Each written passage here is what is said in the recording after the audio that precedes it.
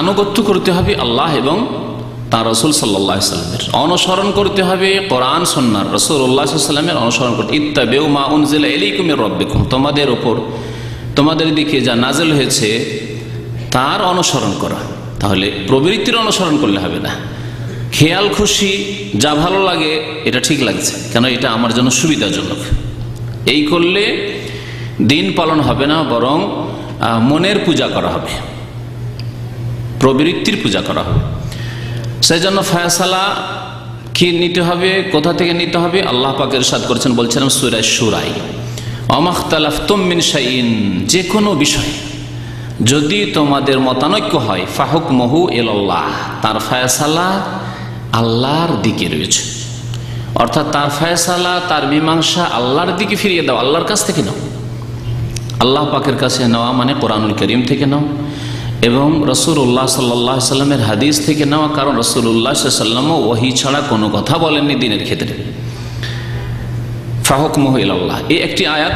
আর আরেকটি আয়াত, যে আয়াতটি বলছিলাম সূরা নিসার আয়াত নম্বর 59, এতে আল্লাহ এবং তার রাসূলের আনুগত্য, নেতাদের আনুগত্য, আলেম ওলামাদের আনুগত্যের কথা বলার পরে বলছেন, ফাইন তানাজাতুম ফি শাইইন, তোমরা যদি কোনো ক্ষেত্রে মতানৈক্য করো, একমত হতে পারলে না, সে দ্বীনি বিষয় হোক অথবা দুনিয়ার বিষয় হোক, নেতৃত্ব নিয়ে কাকে নেতা বানাবো, দুনিয়ার বিষয়,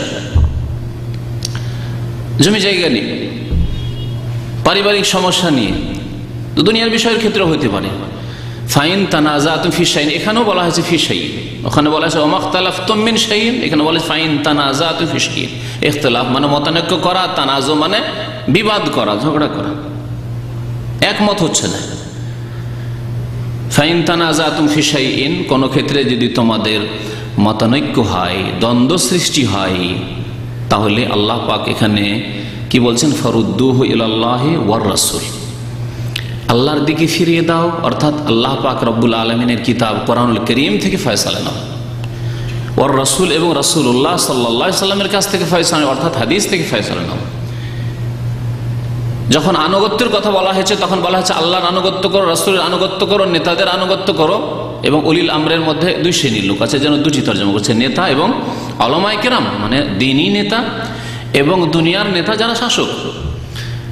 কিন্তু যখন সমস্যা সৃষ্টি হবে, মতানৈক্য হবে, তখন সমাধান নিতে তখন নেতাদের কথা বলা হয়, তখন আলেমদের কথা বলা হয়নি, তখন বলা হয়েছে একমাত্র আল্লাহ এবং রাসূল। তাহলে সমস্যার সমাধানের ক্ষেত্রে, মতানৈক্য দূর করার ক্ষেত্রে, ইখতিলাফ ঝগড়া দ্বন্দ্ব এর মীমাংসার ক্ষেত্রে আল্লাহ পাক বলছেন ফারুদ্দুহু ইলাল্লাহি ওয়ার রাসূল, ফিরিয়ে দাও আল্লাহর দিকে, আল্লাহর কাছে ফয়সালা নাও এবং রাসূলুল্লাহ সাল্লাল্লাহু আলাইহি ওয়াসাল্লামের কাছে ফয়সালা নাও। ইন কুনতুম তুমিনুনা বিল্লাহি ওয়াল ইয়াউমিল আখির, যদি আল্লাহর প্রতি বিশ্বাস থাকে এবং পরকালের প্রতি ঈমান থাকে, তাহলে তোমরা আল্লাহর কাছে ফয়সালা নেবে এবং তার রাসূল সাল্লাল্লাহু আলাইহি ওয়াসাল্লামের কাছে ফয়সালা নেবে। যালিকা খায়রুন, এটি হচ্ছে তোমাদের জন্য মঙ্গলজনক, ওয়া আহসানু তাওয়িলা, আর এটি হচ্ছে উত্তম পন্থা যে তোমরা আল্লাহ এবং রাসূলের কাছে ফয়সালা নিচ্ছ। ব্যক্তি পূজা করো না, তোমরা তোমাদের মীমাংসা নাও আল্লাহ পাকের কাছ থেকে এবং রাসূলুল্লাহ সাল্লাল্লাহু আলাইহি ওয়াসাল্লামের নিকট থেকে। তো নামাজ ত্যাগকারীর বিধান সম্পর্কে উলামায়ে কেরামের ইখতিলাফ রয়েছে। ইখতিলাফ উল্লেখ করার আগে যে বেনামাজির পার্থিব হুকুম কি, সে মুসলিম না মুসলিম না, দুটির একটি। এর আগে যে বিষয়টিতে ঐক্যমত রয়েছে সেই বিষয়টি উল্লেখ করি আপনাদের সামনে। ইমাম ইবনুল কাইয়িম রাহমাতুল্লাহ আলাইহির কিতাবের কথা বলছিলাম, যে কিতাবুস সালাত এবং নামাজ সম্পর্কে কিতাব লিখছেন এবং হুকমুত তারিকা, বেনামাজির বিধান বিশেষ করে উল্লেখ করেছেন এই কিতাবটিতে। শুরুতেই তিনি লিখছেন এই কিতাবের যে এই ক্ষেত্রে উলামায়ে কেরামদের ঐক্যমত রয়েছে, ইজমা রয়েছে যে বেনামাজির পাপ, চোরের পাপের তুলনায় ডাকাত, জেনাকারী, ব্যভিচারকারী, লম্পট, খুনি, হত্যাকারী, সন্ত্রাসী, এই রকমের যত পাপ হতে পারে, সমস্ত পাপের চাইতে বড় পাপ হচ্ছে বেনামাজি হওয়া, নামাজ ত্যাগ করা। এক ওয়াক্ত নামাজ ছাড়া চুরি করা, ডাকাতি করা, খুন করা, ব্যভিচার করা, এই সমস্ত পাপের চাইতে বড় পাপ। তাহলে যেই বিষয়টিতে একমত উলামায়ে কেরামেরা, কমপক্ষে এখানে যদি মুসলিম উম্মাহ চলে আসে, তাহলে বেনামাজি থাকতে পারে না, বেনামাজিকে বোন দিতে পারে না, বেনামাজিকে মেয়ে দিতে পারে না, বেনামাজির সাথে আত্মীয়তা করতে পারে না, বেনামাজির সাথে খাতির বন্ধুত্ব রাখতে পারে না। কারণ কোন মানুষ পাবেন না যে নামাজি, আল্লাহকে ভয় করে, আর খুনি সন্ত্রাসীর সাথে বন্ধুত্ব রাখে, এটা পাবেন না আপনি। জেনাকারী, ব্যভিচারকারী, লম্পটের সাথে আত্মীয়তা করে, এটা পাবেন না আপনি যদি নামাজি মানুষ হয় তাহলে। কিন্তু আজকালকার নামাজিরা বেনামাজিকে কি করে মেয়ে দিয়ে দেয়, বেনামাজির সাথে কি করে আত্মীয়তা করে, বেনামাজিকে কি করে দাওয়াত করে, খাওয়ায়। তাহলে যেই বিষয়টিতে ঐক্যমত রয়েছে, কমপক্ষে এখানে যদি মুসলিম জাতি চলে আসে, তাহলে কমপক্ষে এতটুকু হবে যে সমাজের অনেকটাই সংস্কার হবে, অনেক বেনামাজি নামাজি হবে। কারণ দেখবে যে পার্থিব লস হচ্ছে, অনেক ভালো ভালো মানুষের সাথে আমরা সম্পর্ক রাখতে পারছি না, কারণ আমাদের মধ্যে যোগ্যতা নাই, আমরা বেনামাজি। আর বেনামাজির সাথে নামাজি ভাইরা সম্পর্ক রাখবে না, তাহলে অনেক বেনামাজি নামাজি হয়ে যেত। এই বিষয়টি যদি আমরা অনুধাবন করতে পারি, বুঝতে পারি যে বেনামাজি মানে খুনির চাইতে পাবে, বেনামাজি মানে লুচ্চা লম্পট চাইতে বড় পাবে, এই ক্ষেত্রে ঐক্যমত রয়েছে। হানাফি, শাফেঈ, মালিকি, হাম্বলি সমস্ত উলামাদের ঐক্যমত রয়েছে, ইজমা রয়েছে। তারপরে যেখানে ইখতিলাফ যে তাহলে বেনামাজি মুসলিম কিনা, খুনির চাইতে বড় পাপী, ব্যভিচারকারীর চাইতে বড় পাপী। আল্লাহ পাক রব্বুল আলামিন সূরা ফুরকানে তিনটি বড় পাপ, বড় গুনাহের কথা উল্লেখ করেছেন। ওয়াল্লাযীনা লা ইয়াদউনা মা আল্লাহি ইলাহান আখারা ওয়া লা ইয়াকতুলুনা আন-নাফসা আল্লাতী হারামাল্লাহু ইল্লা বিল হক ওয়া লা ইয়াজনুন। মুমিন, আল্লাহ পাকের বান্দা, রহমান দয়াবানের বান্দা তারাই, তাদের বেশ কিছু গুণাবলী আল্লাহ পাক উল্লেখ করেছেন সূরা ফুরকানের শেষ রুকুতে।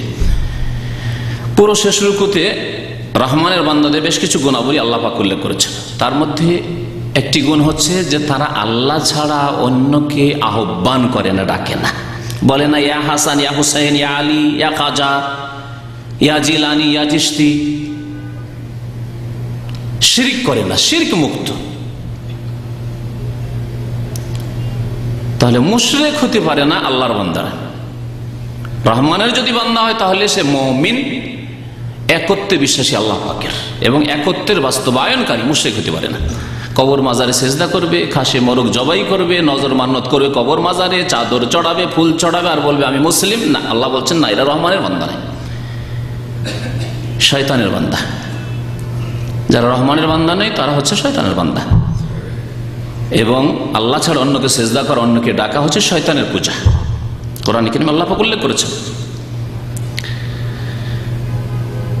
ওয়ালা ইয়াকতুলুনা আন-নাফস, আর তারা খুন করে না, কোন মানুষকে খুন করে না। আল্লাতী হারামাল্লাহ, যাকে হত্যা করা আল্লাহ পাক হারাম করেছেন। কোন মানুষকে হত্যা করতে পারে, খুনি হতে পারে না রহমানের বান্দা। ওয়ালা ইয়াজনুন, এবং জিনা করতে পারে না, ব্যভিচার করে না, ব্যভিচারে লিপ্ত হয় না। তাহলে এই তিনটি গুনাহ হচ্ছে সবচেয়ে বড় গুনাহ যেগুলি উল্লেখ করেছেন।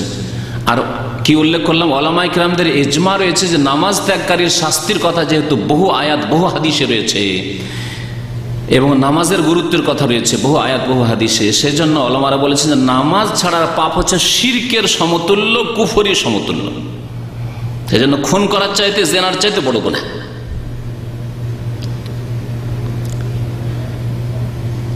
তাহলে বেনামাজি মুসলিম থাকবে না, থাকবে না, এই ক্ষেত্রে আইম্মায়ে কেরামদের ইখতিলাফ রয়েছে। তার আগে গত আলোচনার একটি অংশের কথা বলে দিই, যে বলেছিলাম যে সাহাবায়ে কেরামদের এই ক্ষেত্রে ইজমা ছিল যে তারা বলতেন যে বেনামাজি মুসলিম থাকতে পারে না। তাহলে সাহাবায়ে কেরামের ইজমা ছিল।